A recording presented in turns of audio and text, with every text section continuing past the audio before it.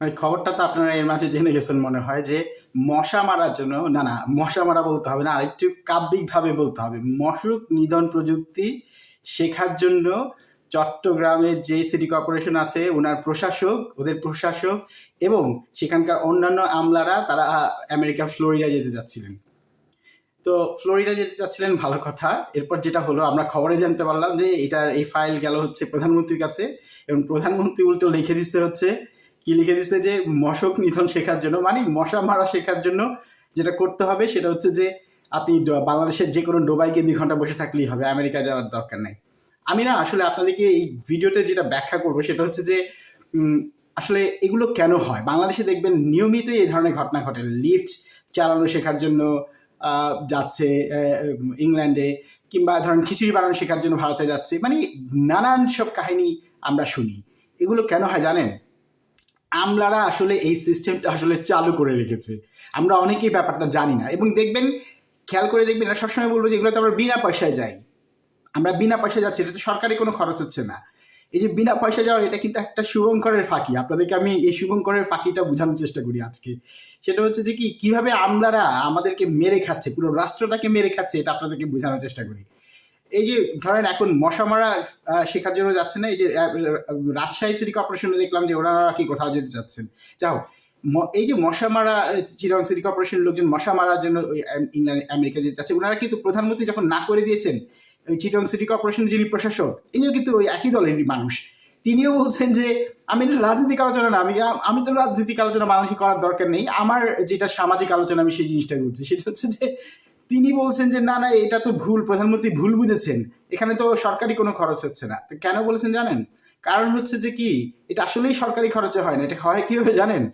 ভেন্ডররা আছে না, যারা ধরেন এই যে মশা মারার জন্য, চিটাগং সিটি কর্পোরেশন তো নিশ্চয়ই এই মশা মারার জন্য যে ওষুধগুলো কেনে, মানে ধরেন স্প্রে যে কিনে, সেই স্প্রে কেনার জন্য যে ভেন্ডররা আছে, কোম্পানিগুলো আছে, এই যে এই প্রজেক্টটা যারা পায়, তারা কি করে জানেন কিভাবে পায়? তারা এই যে আমলাদেরকে ঘুষ দেয়, তাদেরকে বলে যে আপনারা যদি আমাদেরকে এই প্রজেক্টটা দেন, এই ভেন্ডররা বলে আর কি আমলাদেরকে, যদি আমাদেরকে এই প্রজেক্টটা দেন, আমাদেরকে যদি স্প্রে মারার প্রজেক্ট দেন, আপনাদেরকে আমরা আমেরিকায় নিয়ে যাব, আপনাদের 10-15 জনকে আমরা আমেরিকায় এই প্রযুক্তি শেখানোর জন্য নিয়ে যাব, মানে তারা টাকা দিবে। তাহলে এটা তো একটা উৎকোচ, এটা তো একটা ঘুষ। Isn't it quite, I mean, it's quite surprising as well as quite mesmerizing. I mean, I find it extraordinary that people don't talk about it. আমাদের দেশের মানুষজন এটা নিয়ে কথা বলে না। এগুলো নিয়ে তো কথা বলা উচিত। দেখেন এই ভেন্ডররা কিভাবে, দেখেন আমলারা কিভাবে এই মানে তারা কিভাবে ঘুষ খায়, কিভাবে তারা বিভিন্ন সুযোগ সুবিধা নেয়। তারা বলে যে এটা তো সরকারি না। আপনি যখনই বলবেন যে সরকারি টাকা এটা যাচ্ছে, এটাতে যাওয়া তো কোনো, তখন বলবে এটা তো সরকারি টাকা না, আমরা বরং উল্টো সুযোগ পাচ্ছি, আমরা যাবো না কেন? ভাই, আপনারা যে এদেরকে সুযোগটা দিচ্ছেন, এই ভেন্ডরদেরকে, যারা এই প্রকল্পটা নিয়েছে, যারা এই স্প্রে কোম্পানি, যারা আপনাদের কাছ থেকে এই কাজটা নিয়েছে, তাদের কাছ থেকে আপনারা টাকা নেন নাই, তাদের কাছ থেকে সুযোগ সুবিধা নিয়েই তো আপনারা আমেরিকা যেতে চাচ্ছেন, তাই না? এগুলোকে আপনারা সাধারণ মানুষকে বুঝাতে পারবেন, আমাদেরকে বুঝাইতে পারবেন। এখন আমরা সাধারণ মানুষকে এগুলো বুঝাবো যাতে তারাও বুঝে। তো এইভাবেই কিন্তু সবকিছু চলে। এর আগে শুনছিলেন না যে লিফট চালানো শেখার জন্য তারা ইংল্যান্ডে যাচ্ছে না, কোন দেশে যাচ্ছে?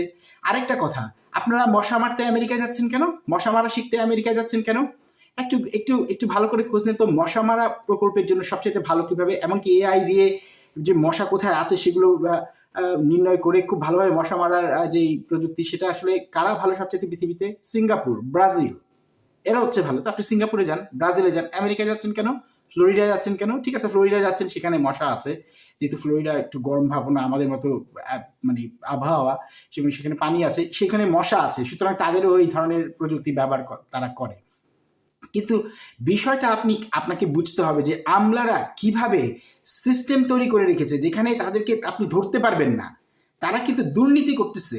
তারা যে এই যে প্রজেক্টটা দিল, যারা তাদেরকে তার বিনিময়ে বিদেশ ভ্রমণে পাঠাচ্ছে, সেই প্রজেক্টটাকে তারা বলতেছে এটা তো সরকারি টাকা না, আমাদেরকে সুযোগ সুবিধা দিচ্ছে কোম্পানিকে। ভাই, আপনি কাজটা পাইয়ে দিচ্ছেন না, এর বিনিময়ে তো আপনি যাচ্ছেন। তো এটা হচ্ছে আমাদের সিস্টেম। এবং তার চেয়ে তো সবচেয়ে মজার বিষয় কি জানেন? ধরেন আপনি মশা মারা শিখতে যাবেন, ভালো কথা, আপনি মশা মারার প্রযুক্তি শিখতে যাবেন, তো কে যাবে সেখানে? ধরেন প্রধান স্বাস্থ্য কর্মকর্তা দিতে পারে, কিংবা ধরেন যে মানে মশা মারার বিষয়টা সে যে ভালো করে জানে, যে এমন কোনো বিজ্ঞানী ওই সিটি কর্পোরেশনে, সেখানে 2-1 জন যেতে পারে। যাচ্ছিল কারা জানেন? সিটি কর্পোরেশনের প্রশাসক। মানে হচ্ছে মানে এখন তো প্রশাসক বলছে, আপনি বলতে পারেন হচ্ছে মেয়রে যাইতে হবে কেন? এবং মেয়রের সাথে যাচ্ছিল হচ্ছে সেখানকার আরো কিছু আমলা সচিব, তাদের যেতে হবে কেন? মশা মারার প্রযুক্তি শিক্ষার সাথে তাদের কি সম্পর্ক? এই প্রশ্নের উত্তর পেলেই তো আপনি বুঝে যাবেন আসলে ঘটনাটা কি। বল ইউ নো ইট, কারণ যাদের আসলে মূলত জানা উচিত তারা যাচ্ছে না, যাচ্ছে তার সচিবরা, প্রশাসকরা, because they are the one who got the money. This is one way or the other a pure form of bribery, and that's exactly what is happening in our country, and it happens all the time. আমাদের দেশে এগুলো হচ্ছে এবং নিয়মিত হচ্ছে, কিন্তু আমরা এগুলোকে অ্যাড্রেস করি না, এবং করি না বলেই আমাদের দেশটা পৃথিবীর দুর্নীতিগ্রস্ত দেশগুলোর একটা ভাগারে পরিণত হচ্ছে, এবং আমরা কেউ এগুলো নিয়ে কথা বলি। তার চাইতেও ইন্টারেস্টিং ব্যাপার হচ্ছে, যেমন ধরেন বাংলাদেশ একটা মশা প্রবল দেশ, এটা হয় স্বাভাবিক। আমাদের যে আবহাওয়া তাতে মশা হবে, আমাদের মতো আবহাওয়ার বেশিরভাগ দেশেই মশা আছে, সেগুলোকে আপনার নিয়ন্ত্রণ করতে হবে। এখন আমার প্রশ্ন হচ্ছে, মশা নিয়ন্ত্রণ করার জন্য বাংলাদেশ ইউনিভার্সিটি আছে না? তারা কি গবেষণা করে না? তারা কি করে? ওই যে শিক্ষা ব্যবস্থার সমস্যা, তারা কিছুই করে না, কোম্পানিগুলো খালি ব্যবসা করে আর ওইদিকে বিদেশে পাঠায় হচ্ছে ঘুরতে, এগুলো চলে। এবং তার চাইতে মজার ব্যাপার হচ্ছে যে এই যে প্রশাসকরা, এই যে সচিবরা, আমলারা বিদেশে যাচ্ছিল, আপনারা সমাজে, আমাদের সমাজে আমরা এদেরকে কি করি? এদেরকে আমরা কৃতি সন্তান বলি না? এই যারা সচিবরা যাচ্ছিল, এদেরকে আপনার প্রত্যেকের সচিবগুলোর খবর নেন, আমাদের খবর নেন, প্রত্যেকের এলাকায় তাদেরকে বলা হয় যে আমার এলাকার কৃতি সন্তান। সে যে বিশ্ববিদ্যালয় থেকে পড়ে আসছে, সে বিশ্ববিদ্যালয় বলে যে আমাদের বিশ্ববিদ্যালয়ের কৃতি সন্তান, এগুলো বলা হয়, তাদেরকে সম্বর্ধনা দেওয়া হয়। ভাই, এটা আমাদের সিস্টেম, আমরা এই সিস্টেমে বড় হচ্ছি, খাচ্ছি, চলছি। যারা এভাবে দুর্নীতি করছে তাদেরকে আমরা বলি কৃতি সন্তান। এই যে টার্ম ইটসেলফ, কৃতি সন্তান। কৃতি সন্তান আপনি বলছেন কাদেরকে? যারা সরকারি আমলা হচ্ছে, যারা আমলা হয়ে দুর্নীতি করছে, টাকা কামাচ্ছে, কিছু টাকা বিলাচ্ছে, এলাকার কৃতি সন্তান হিসেবে আপনারা তাদেরকে নিয়ে খুব গর্ব করেন। তাহলে বুঝেন, আমি একদম গ্যারান্টি দেবো, আপনি একটা করে দেখেন, এই নামগুলো তো আসলে, যেহেতু প্রধানমন্ত্রী কার্যালয়ে এই প্রজেক্টে গেছে, তারা বিদেশে যাবে, প্রধানমন্ত্রী না করে দিচ্ছে, মানে চিন্তা করেন, প্রধানমন্ত্রী অত্যন্ত স্যাটারের সাথে কিন্তু না করছে, একটু নর্মালি বাংলাদেশে দেখা যায় না। কারণ আপনি মানে আমলারা আসলে যেভাবে এই সিস্টেমটা ধরে রাখছে, মন্ত্রী, মানে এরা আসলে এদের কাছে ফেল। মানে এটা বাংলাদেশের সিস্টেমটা এরকম, যেই সরকার যখনই আসুক, এই সিস্টেম, যে ইকোসিস্টেম আমরা চালু করে রেখেছি, if you don't change it, if you don't break it, we have to demolish it, otherwise it's going to be like that. But anyway, যে ব্যাপারটা আমি বলছিলাম সেটা হচ্ছে যে দেখেন, যে প্রধানমন্ত্রী স্যাটায়ার করে বলেছে যে ডোবার পাশে বসে থাকলেই কিন্তু এটা শেখা যাবে। প্রধানমন্ত্রী কিন্তু কোনো রকম মানে উচ্চবাচ্য করে না, কিংবা উনি তো চাইলে আরেকটু কঠিন ভাষায় বলতে পারতো যে আপনারা এটা শেখার জন্য কেন যাচ্ছেন, আর যদি আপনারা যাচ্ছেন কেন?